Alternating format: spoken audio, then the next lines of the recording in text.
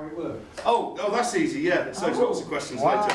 It's a bowed instrument, like a violin, so instead of having a wheel, you've still got rosin, but the rosin's covering the rim of a wooden wheel, so you turn the handle around, it blows the strings. You've got drones here, which are like the drones on the bagpipes. These are quite heavy gauge strings, and they just sit here and play your drone. Then you've got melody strings, which you play with the aid of keys, and these keys are a bit like the frets on a guitar, albeit these are gravity assisted, so when you push them in and drop, they fall away from the string. Ooh. And sometimes they don't. It gives me vibrato as well, because I can change the tension in the string by bending it. I've got 2 melody strings, an octave apart, and then I get my rhythm by accelerating the wheel in short bursts. And one of the strings sits on a loose bridge. This is the little bridge. It sits on its heel, and like your foot, string's resting on the toe, say, of the bridge. When the string gets excited by playing faster, the toe of the bridge buzzes on the soundboard. So, am I making sense? Yeah. It's been a long day. Where did it originate? Originally from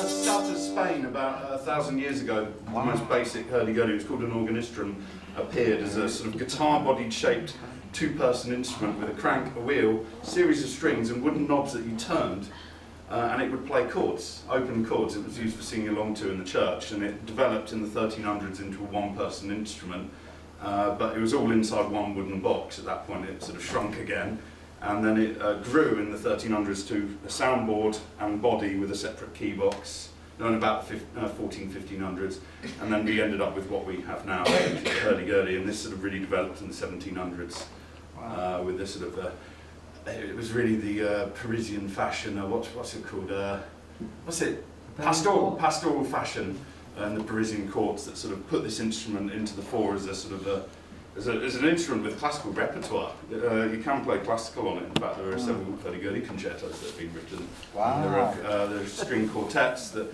you can substitute the viola for a hurdy-gurdy, so it can work with the violin, depending on the parts. You can play classical, but you've only got a 2-octave range, so you're somewhat limited.